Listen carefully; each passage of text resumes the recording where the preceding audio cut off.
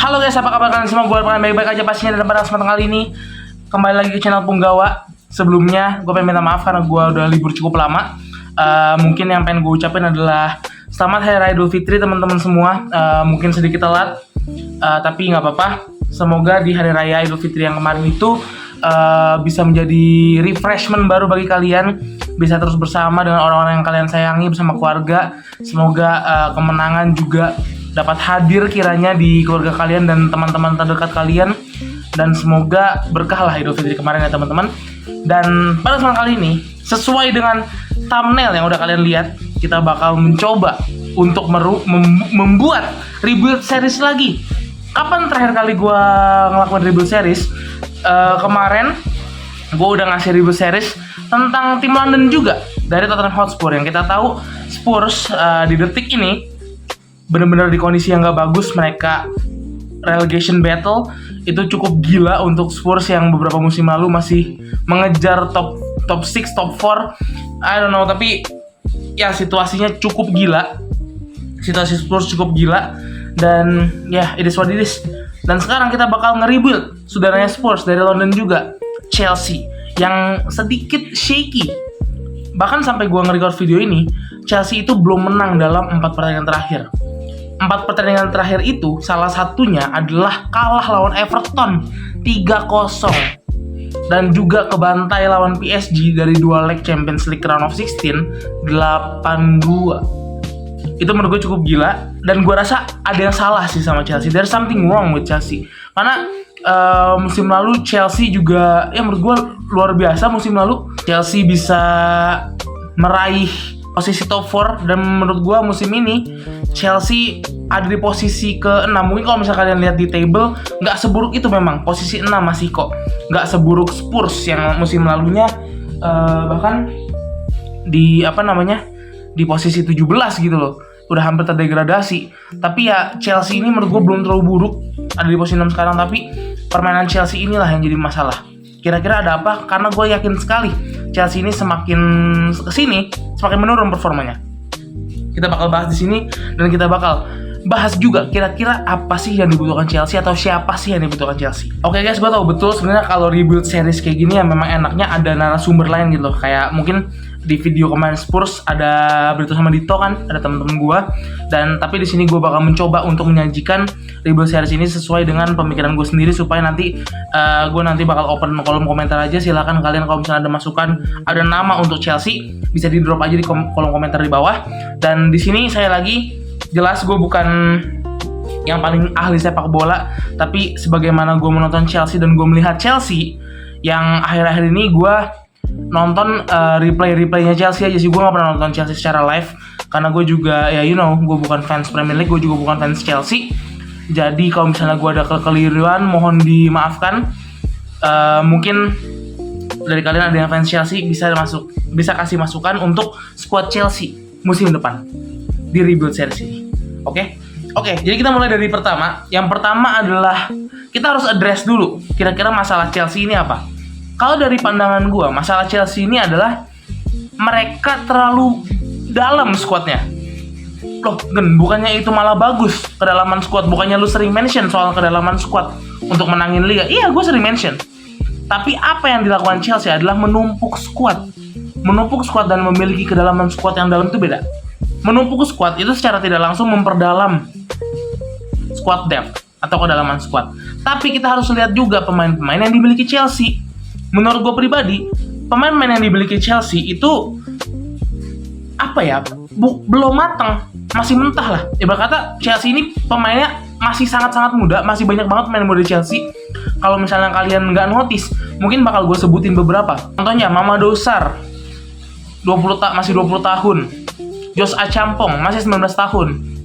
Jorel Hato masih 20 tahun. Andri Santos masih 21 tahun. Dario Esugo masih 21 tahun. Estevao masih 18 tahun. Bino Jamie Gittens masih 21 tahun. Garnacho 21 tahun.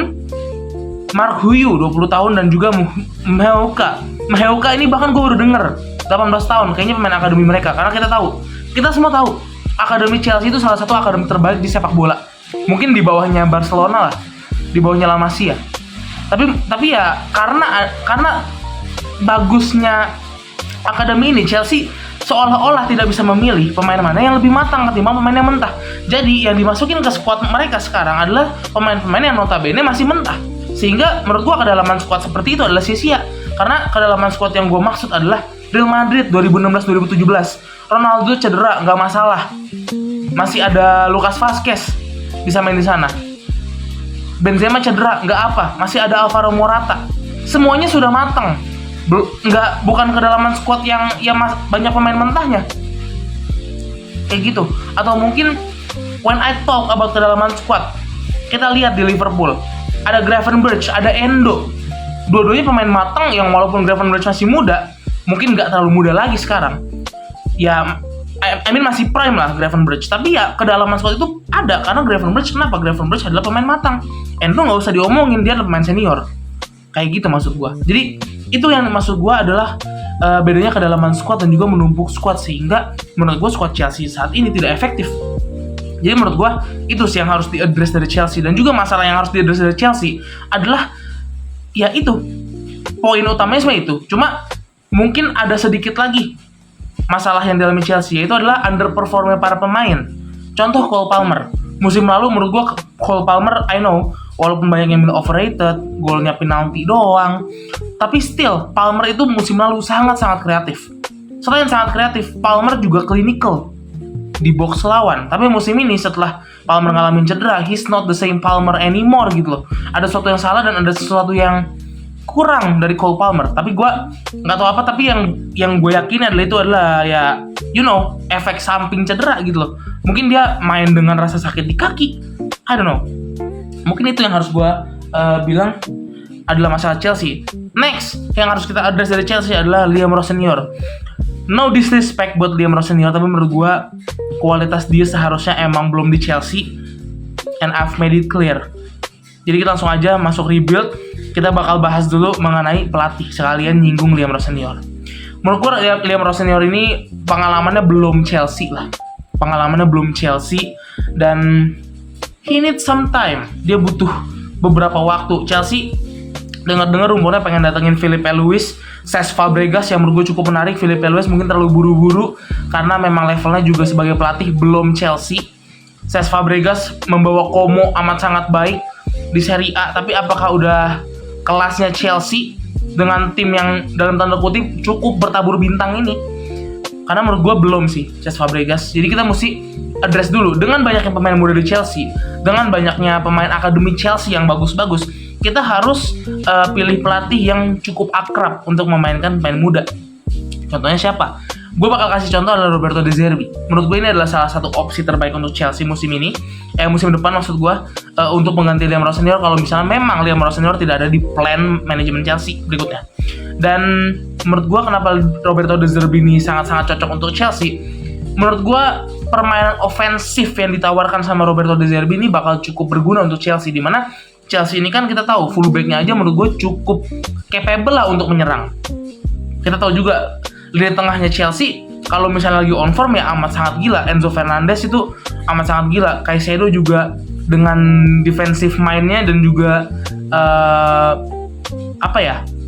dengan kekuatan sebagai anchor-nya juga bisa menahan di sisi tengah supaya lawan gak bisa kemana-mana, dan juga supply bola yang amat sangat baik dari Enzo, dan juga kecepatan winger seperti Pedro Neto ya menurut gua amat sangat cocok lah untuk permainan Roberto De Zerbi seperti itu.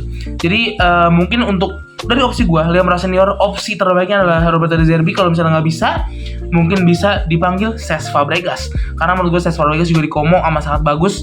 Dia ngubah tim papan bawah, papan tengah jadi tim papan atas yang bahkan bersaing untuk zona UCL. Menurut gua amat sangat gila lah. Jadi mungkin itu bisa jadi opsi untuk Chelsea. Kita bakal lanjut ke posisi berikutnya. Kiper mereka sekarang adalah Robert Sanchez, yang menurut gua sebenarnya belum kualitas Chelsea.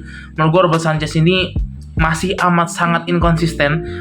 Chelsea butuh kiper yang lebih konsisten, kiper yang lebih matang juga. Philip Jorgensen belum bisa main di sana secara konsisten juga. Tapi ya menurut gua kiper juga cukup berdampak apabila defendernya tidak bagus. Seperti itu. Jadi untuk Rob Sanchez menurut gue pribadi, gue bakal keep Rob Sanchez, dan karena menurut gue Sanchez juga beberapa kesempatan masih bisa bermain bagus, tapi ya lagi-lagi seolah-olah pemain Chelsea ini mut-mutan semua gitu loh. Jadi menurut gue kita harus perhatikan itu. Tapi Robert Sanchez menurut gue untuk kedalaman squad bisa, tapi menurut gue juga kiper nggak ada yang terlalu bagus juga di market sekarang.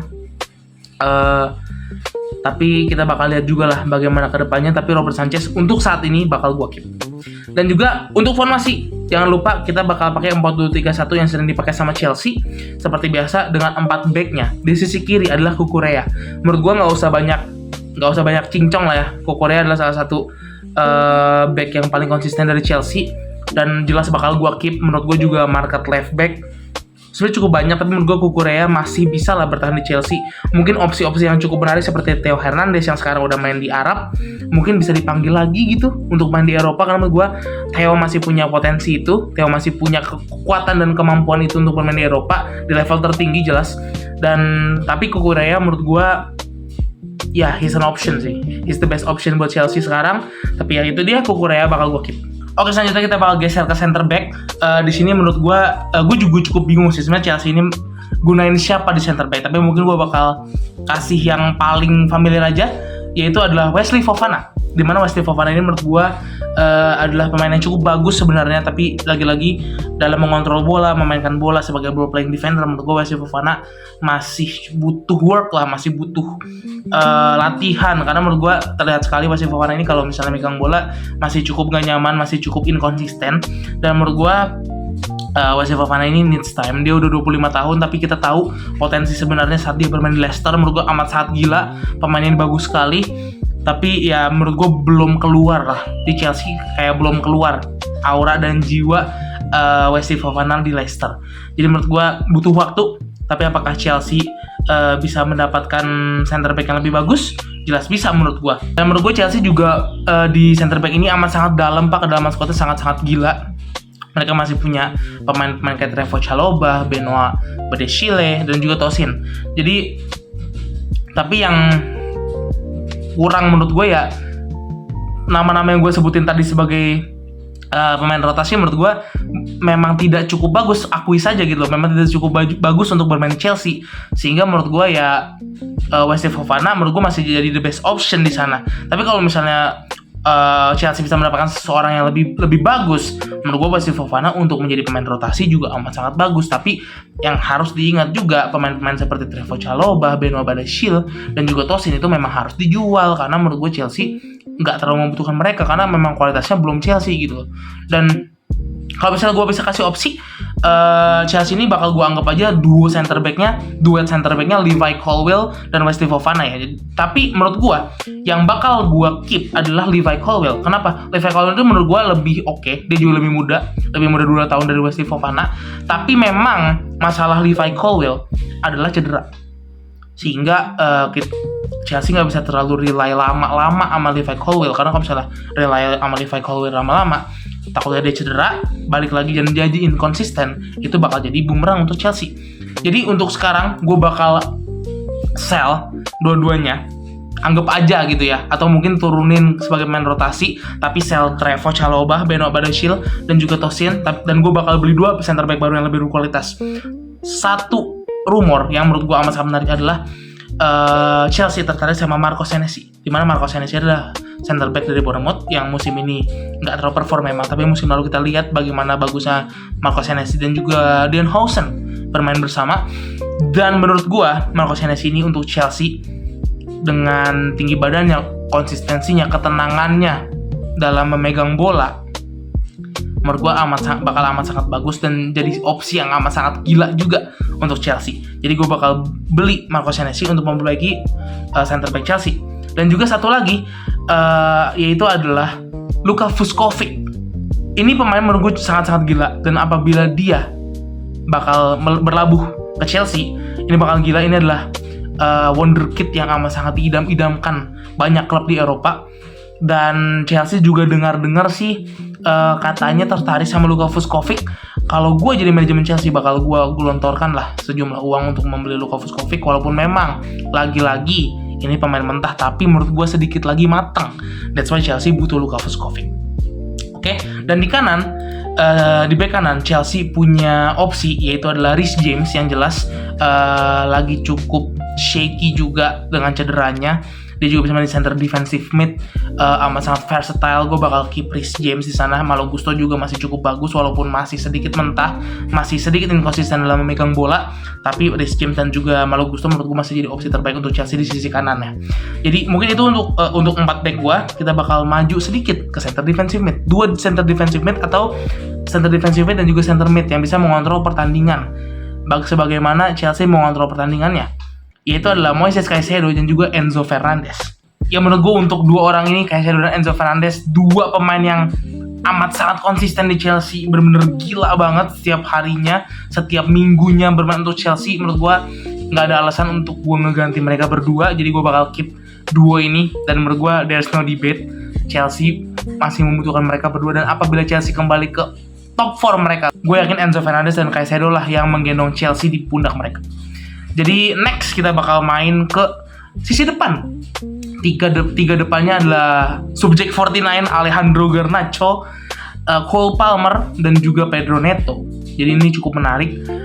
Untuk Garnacho menurut gue jelas banget gue bakal jual Garnacho.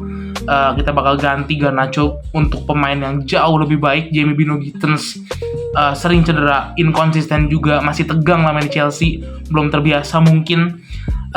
Gue punya beberapa opsi untuk Chelsea ya, mungkin kualitasnya nggak terlalu bagus, tapi menurut gue untuk playstyle dan juga team playnya Chelsea, menurut gue orang ini bakal cukup membantu. Namanya adalah Muhammad Amoura. Dia adalah pemain Wolfsburg yang musim ini juga Wolfsburg lagi cukup struggle di Bundesliga. Terus kenapa Chelsea harus beli pemain struggle? Karena menurut gue untuk team play Amoura ini cukup baik, nggak cuma pure pace. Dia juga masih bisa berkembang, mungkin sedikit, I don't know. Tapi untuk bermain di tim selevel dan sekelas Chelsea, menurut gue bakal jadi lonjakan yang cukup gila juga untuk Amoura. Tapi apakah ini realistis? Gue rasa tidak cukup realistis, karena pasti Chelsea ingin membeli seseorang yang lebih on form, lebih gila, yang mungkin bahkan lebih gila lagi dan lebih tidak realistis lagi, yaitu adalah Vicha Kvaratskhelia.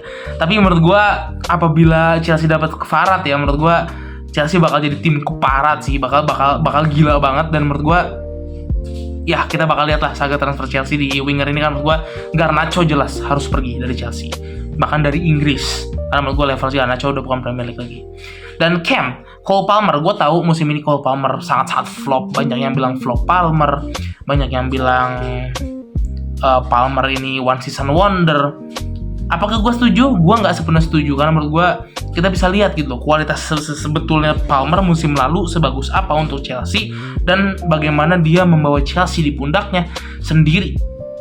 Dan apakah gue bakal jual Palmer? Gue rasa enggak. Gue bakal keep Palmer di situ.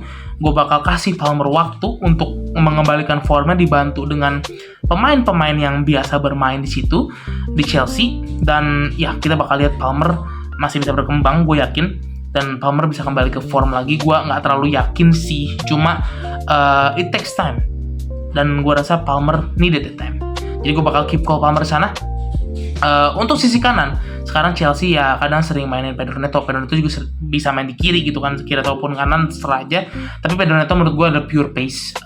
Chelsea bisa jadiin Pedro Neto sebagai pemain rotasi mungkin, tidak sebagai starter, karena menurut gue starter Estevao, gue amat sangat enjoy nonton Estevao. Mungkin bisa dipakai di sisi kanan permanently as starting player, karena menurut gue Estevao is a joy to watch. Salah 2 pemain yang gue paling enjoy tonton saat ini adalah Lamine Yamal dan juga Estevao. Yang ketiga mungkin Federico Valverde. Tapi menurut gue Estevao ini bakal amat sangat gila, masih amat sangat muda juga, masih amat sangat bisa berkembang. Dan ya gue bakal keep sisi kanan Pedro Neto bisa main sana. Dan gue lebih setuju sebenarnya kalau Estevao yang main, walaupun dia masih sangat muda dan ya mungkin mental dan segala macam belum cukup, tapi gue yakin Estevao bisa berkembang dengan amat sangat baik. Jadi gue bakal pilih untuk Estevao main di kanan. Dan di depan João Pedro menurut gue salah satu pembelian Premier League yang paling sukses musim ini. There's no debate. Mungkin yang harus diganti adalah pemain cadangannya, itu adalah Liam Delap yang he's doing nothing gue rasa untuk Chelsea. Mungkin fans Chelsea bisa kasih pembelaan ataupun argumen lain di kolom komentar. Menurut gue João Pedro nggak ada debat lah, itu Joao Pedro salah satu pemain terbaik tersukses musim ini. Gue bakal keep Joao Pedro. Jadi itulah squad Chelsea gue guys. Di bagian kiper masih dipegang sama Robert Sanchez. Di backnya dari kiri ke kanan ada Marco Correa, ada Marco Senesi dan juga Vuskovic. Dan di sisi kanan ada Reece James. Dua CDM-nya atau dua center mid-nya ada Caicedo dan juga Enzo Fernandez. 3 winger dan cam-nya, di cam ada Cole Palmer, di sisi kiri ada Vicha Kvaratskhelia, di sisi kanan ada Estevao, dan di depan ada Joao Pedro. Nggak terlalu banyak dirubah, tapi menurut gue Chelsea ini yang harus gue amat sangat address adalah center back-nya. Dua center back-nya ini amat sangat krusial, dan itu adalah salah dua titik lemah Chelsea, dan itu harus diubah secepatnya. Dan gue rasa itu adalah tim yang amat sangat ideal buat Chelsea. Dan mungkin kalau misalnya kalian punya nama-nama menarik atau rumor-rumor menarik mengenai Chelsea, bisa kalian drop aja di kolom komentar. Kita bakal ketemu di video berikutnya, dan thank you guys sudah nonton sampai akhir. Stay tune, bye-bye.